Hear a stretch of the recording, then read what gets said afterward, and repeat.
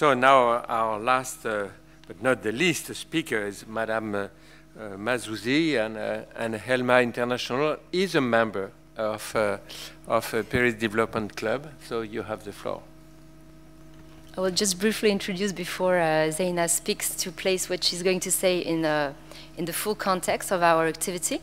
So as we've heard this morning, everything is a matter of understanding each other and preparing the ground for you to focus on your business.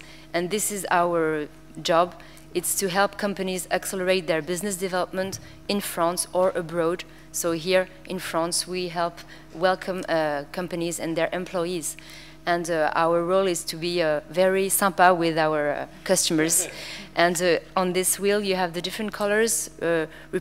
It's a matter of being a kind of translator between your local habits and what you will discover here in France. So we have dedicated teams with dedicated experts for all the legal aspects. As it was mentioned, it's very specific in France, so you need to understand where you are placing your employees and your business.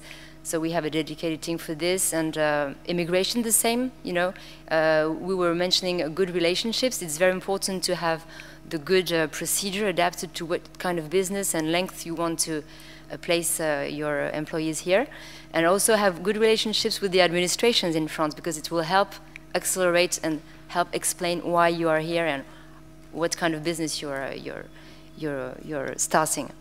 And this morning we will focus on, well, we also have the green part, which is all around helping with Payroll International.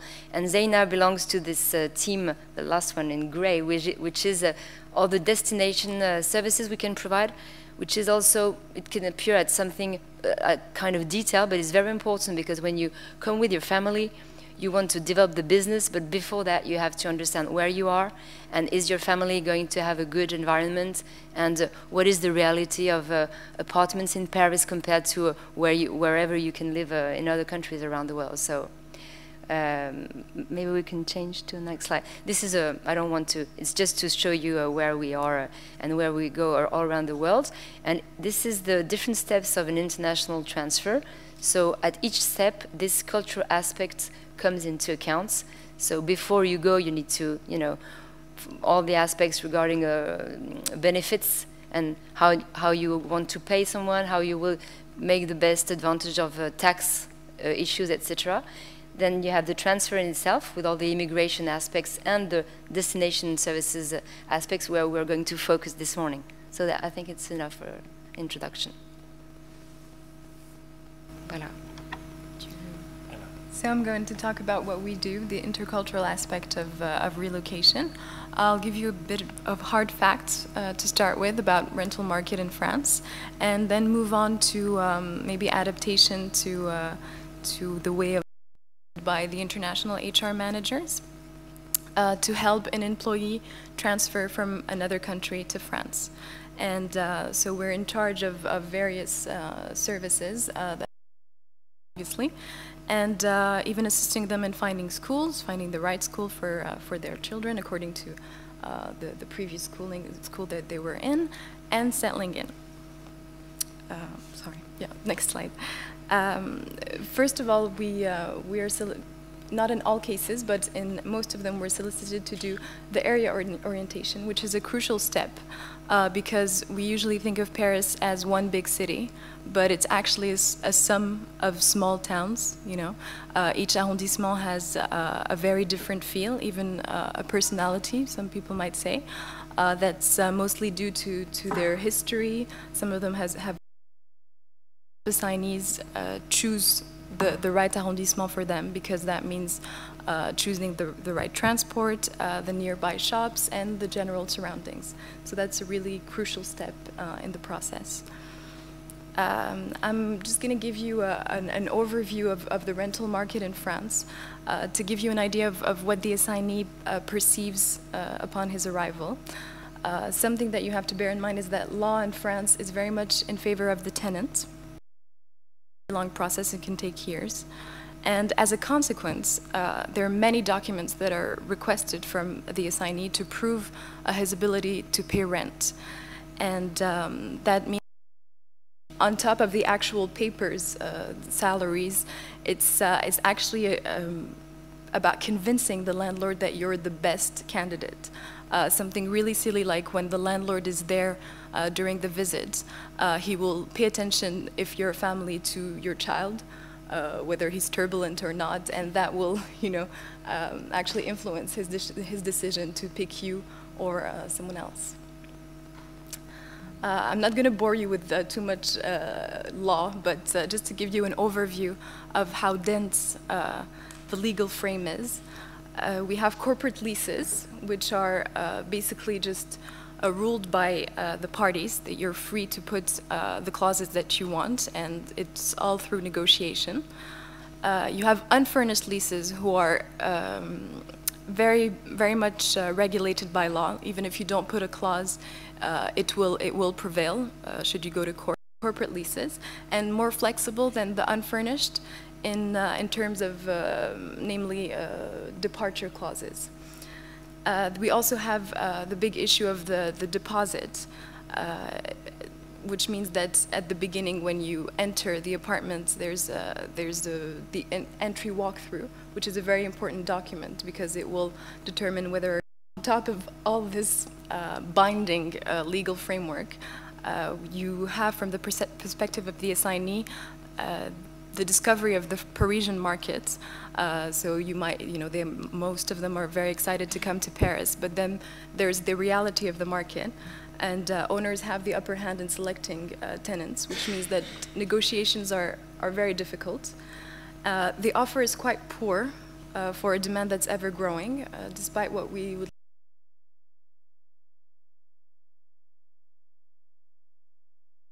The headquarters, most of the jobs are here, which means that there's, a lot of demand. So the offer for 2, 3, and 4 bedrooms, just to give you an idea, only represents 10%, where it's 38% for the rest of France. And 1-bedroom apartments alone are a third of the market. And as most of you might know, the surface of Parisian apartments is significantly lower than the national average. And much more expensive, exactly. So, you can expect from an assignee coming from abroad where, depending on the origin, they might have had a big house or a bigger apartment. This can lead to frustration and dissatisfaction, and sometimes misunderstanding. So just to go over our services, once we've helped them settle in their apartment, then there's the settling in part. So contracts also with electricity, gas, or internet are very much binding. You have an engagement, so it's a very dense system. And on top of that, you have the customer service in France. So I've put a link for a very interesting article that was written by the correspondent of BBC in France. Yeah. And, and I picked those 2 quotes that I thought were very interesting. The first one being, in America, your waiter comes to your table to tell you his name is Joe. Here, your waiter expects to be addressed formally as Monsieur, in exactly the same way he will address you. And one of the possible reasons why that is probably the fact that equality is very much steeped in the French psyche because of the history, and that goes back to what you were saying about the importance of history in France. The other is the customer is allegedly always right in London, and I might add in the US, and in many other cultures actually. But in Paris, he or she is a little more than an irritant. So don't ask too much, basically, because you might not be greeted with a positive answer. That being said, that does not mean that the quality of the service is poor, because you will have noticed if you go to the boulangerie or the boucher, you're asked, what you want to cook, and you're given very detailed advice. So that really doesn't mean that the French don't know how to give service. From our perspective now, we were confronted to different concepts of service, that some cultures are reluctant to tell their customers that their requirement cannot be met. And that's a crucial issue in what we do, because what I just told you, the facts about the Parisian markets is something that we have to actively communicate on, so that we avoid frustrations and misunderstandings, because the biggest consequences can be broken promises, damaged reputations, and we know that that's very important, and extreme cases, even loss of client as a service provider. So the timing that we're helping the assignee with is very delicate. We're dealing with a transition, and that means adjustment and conflicting emotion. Missions abroad provoke stress.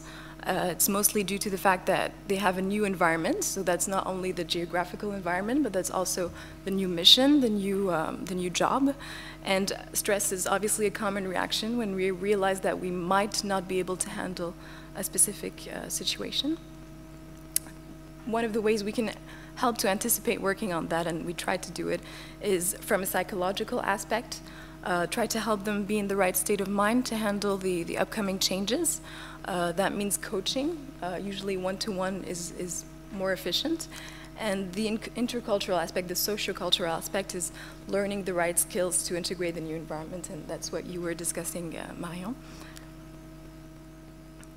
So yeah, that brings us to the culture, to the subject of culture. I think you'll all agree with, with this quote. When the sender of a message comes from one culture and the receiver from another, the chances of accurately transmitting the message are low. And that goes from verbal to nonverbal communication, and written also, which we don't talk a lot about. And I thought it was interesting to talk about stereotypes. I'm surprised we still haven't discussed them, from both aspects, really, from our teams, our consultants, and from the assignee. It's interesting to know the image that we project before actually entering into an intercultural situation. Why do we stereotype? It's easy. It's a process that was put together by our brain. It makes it much easier to process information.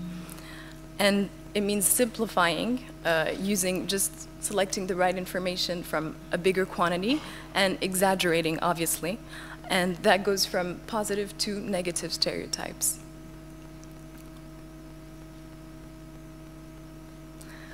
So we mostly talk about the difficulty for foreigners coming to France to adapt, but there's also a lot to be said about French people coming back from an assignment abroad, and that's reverse culture shock. They're confronted with feelings of boredom, insecurity, confusion and frustration, and that comes from the fact that their perspective on things in life has changed. It's very useful also for them to have a follow-up, some kind of coaching to help them communicate and take some time to think about these changes.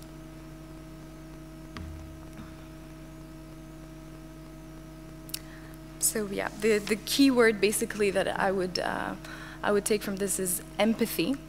Try to put yourself in the other person's shoe. Try to understand their perspective on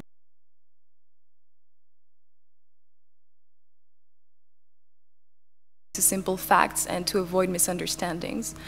And emphasize on communication and exchanges, not be afraid to ask questions when things are not clear or not easy to understand. Thank you very much. Okay, bravo. Okay, thank you.